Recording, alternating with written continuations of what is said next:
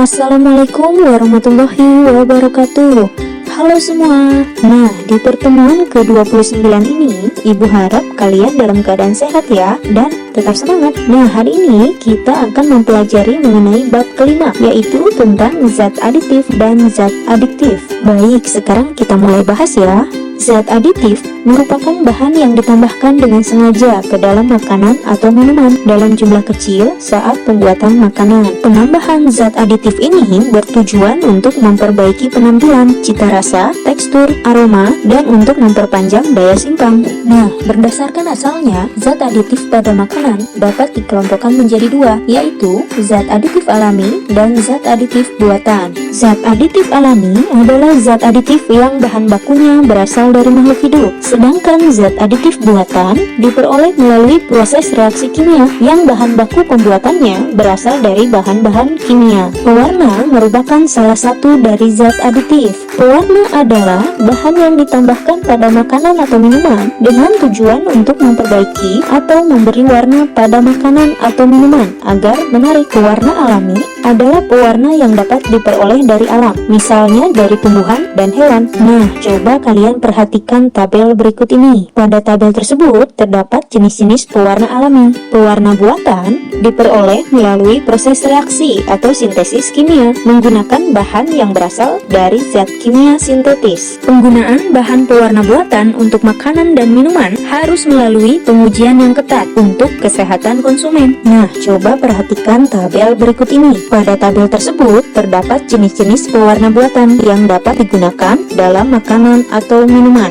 Pemanis termasuk juga ke dalam zat aditif. Pemanis merupakan bahan yang ditambahkan pada makanan atau minuman sehingga dapat menyebabkan rasa manis pada makanan atau minuman tersebut. Bahan pemanis ada dua jenis, yaitu pemanis alami dan pemanis buatan. Pemanis alami yang umum digunakan untuk membuat rasa manis pada makanan dan minuman adalah gula pasir, gula kelapa, gula aren, gula lontar, dan gula bir. Pemanis buatan mempunyai rasa manis hampir sama atau lebih manis dibandingkan dengan pemanis alami. Pemanis buatan dibuat melalui reaksi kimia tertentu sehingga dapat dihasilkan senyawa yang mempunyai rasa manis. Nah, pemanis buatan ini dibuat dengan tujuan sebagai pengganti gula alami. Beberapa contoh pemanis buatan adalah siklamat, aspartam, kalium asesulfam, dan sakarin.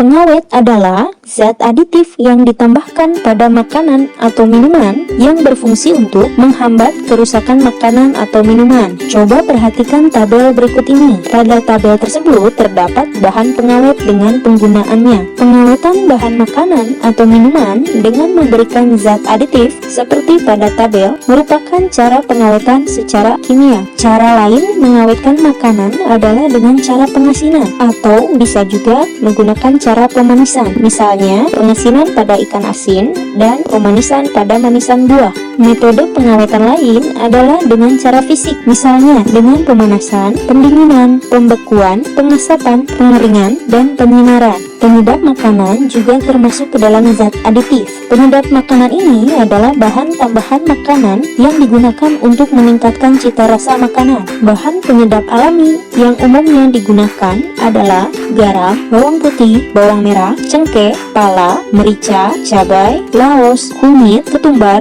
serai, dan kayu manis. Pada makanan berkuah, kaldu dari daging dan tulang pada umumnya digunakan sebagai penyedap. Penyedap buatan yang umum digunakan pada makanan adalah peksin yang mengandung senyawa monosodium glutamat atau MSG atau juga mononatrium glutamat atau MNG. Dosis maksimal penggunaan MSG yang ditetapkan oleh WHO adalah 120 mg per kilogram berat badan. Jadi, jika kita mengkonsumsi MSG terlalu berlebihan, maka akan menyebabkan gangguan-gangguan kesehatan, bahkan yang paling parah akan menimbulkan kanker. Kemudian, pemberi aroma juga termasuk zat aditif. Zat pemberi aroma dapat berasal dari bahan segar atau ekstrak dari bahan alami. Di antaranya adalah ekstrak buah nanas, ekstrak buah anggur, minyak atsiri, dan vanili. Pemberi aroma yang merupakan senyawa sintetis atau disebut juga dengan essence. Misalnya amil kaproat untuk aroma apel, kemudian ada amil asetat untuk aroma pisang ambon, lalu ada etil butirat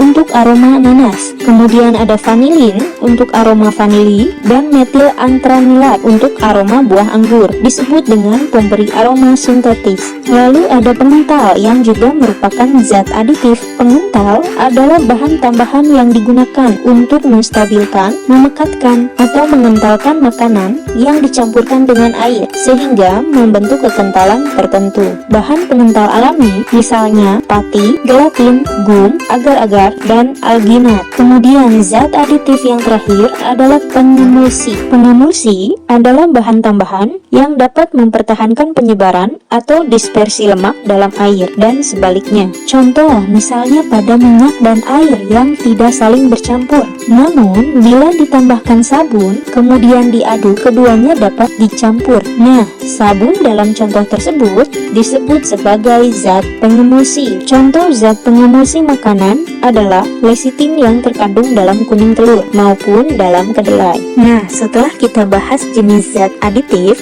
sekarang kita bahas mengenai jenis zat adiktif. Zat adiktif adalah zat-zat yang apabila dikonsumsi dapat menyebabkan ketergantungan atau adiksi, atau ingin menggunakannya secara terus-menerus atau yang disebut dengan ketagihan. Zat adiktif ini dapat dikelompokkan menjadi 3. Yang pertama adalah narkotika, yang kedua adalah psikotropika, lalu yang terakhir adalah zat psikoaktif lainnya. Narkotika merupakan zat berbahaya yang tidak boleh digunakan tanpa pengawasan dokter. Penggunaan narkotika tanpa pengawasan dokter adalah melanggar hukum. Narkotika adalah zat atau obat yang berasal dari tanaman yang dapat menyebabkan penurunan atau perubahan kesadaran, juga menghilangkan atau mengurangi rasa nyeri dan menyebabkan ketergantungan bagi penggunanya. Narkotika dapat dikelompokkan menjadi 3 golongan berdasarkan potensi dalam menyebabkan ketergantungannya. Narkotika golongan ke-1 merupakan narkotika yang sangat berbahaya karena berpotensi yang sangat tinggi menyebabkan ketergantungan. Narkotika ini tidak digunakan dalam pengobatan. Contoh narkotika golongan ini misalnya heroin atau putau, kokain, dan ganja. Narkotika golongan kedua berpotensi tinggi dalam menyebabkan ketergantungan dan dapat digunakan sebagai pilihan terakhir dalam pengobatan. Contoh narkotika golongan kedua ini adalah morfin, retidin, dan metadon. Barang ini tidak boleh dibeli dan digunakan tanpa resep dan pengawasan dari dokter. Nah, narkotika golongan ketiga berpotensi ringan dalam menyebabkan ketergantungan dan banyak digunakan dalam pengobatan. Contoh narkotika golongan ketiga ini adalah kodein. Ingat, penggunaan narkotika sangat berbahaya bagi kesehatan. Penyalahgunaan narkotika dapat merusak masa depan generasi muda. Maka dari itu, hindari dan jauhi narkotika. Zat lain yang juga berbahaya adalah psikotropika.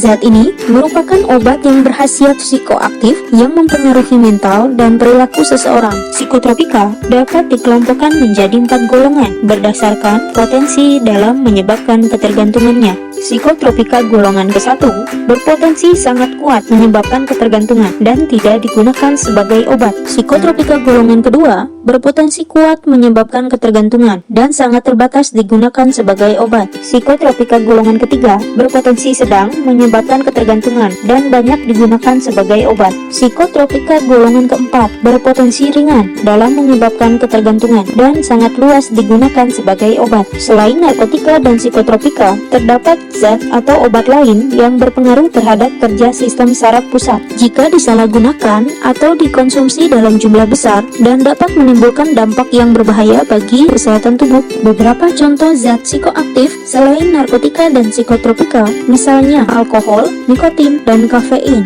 Bila seseorang meminum minuman beralkohol, maka kandungan alkohol dalam darahnya akan tinggi, sehingga menyebabkan orang itu mabuk dan mengalami penurunan kesadaran. Nikotin terdapat di dalam daun tembakau. Daun tembakau ini biasanya digunakan sebagai bahan pembuatan rokok. Nah, berikut ini adalah berbagai senyawa kimia yang terdapat di dalam rokok. Bisa kalian lihat bahwa kandungan rokok ini sangat berbahaya. Merokok dapat menyebabkan menyebabkan kanker, serangan jantung, impotensi, dan gangguan kehamilan dan janin, serta penyakit-penyakit lainnya. Coba kamu perhatikan kemasan rokok berikut ini. Pada kemasan rokok, terdapat peringatan, merokok dapat membunuhmu. Jadi, rokok ini sangat berbahaya bagi kesehatan tubuh. Maka, hindarilah rokok. Zat psikoaktif lainnya adalah kafein. Kafein ini merupakan zat yang secara alami terdapat di dalam kopi. Selain ditemukan di dalam kopi, kafein ini juga ditemukan di dalam teh dan dikenal dengan nama tein.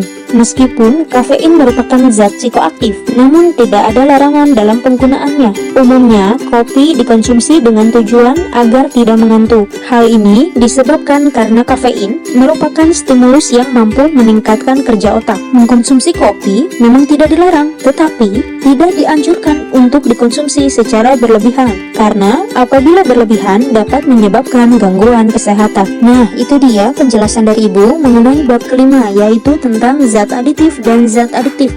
Mudah-mudahan apa yang Ibu sampaikan hari ini dapat bermanfaat untuk kalian.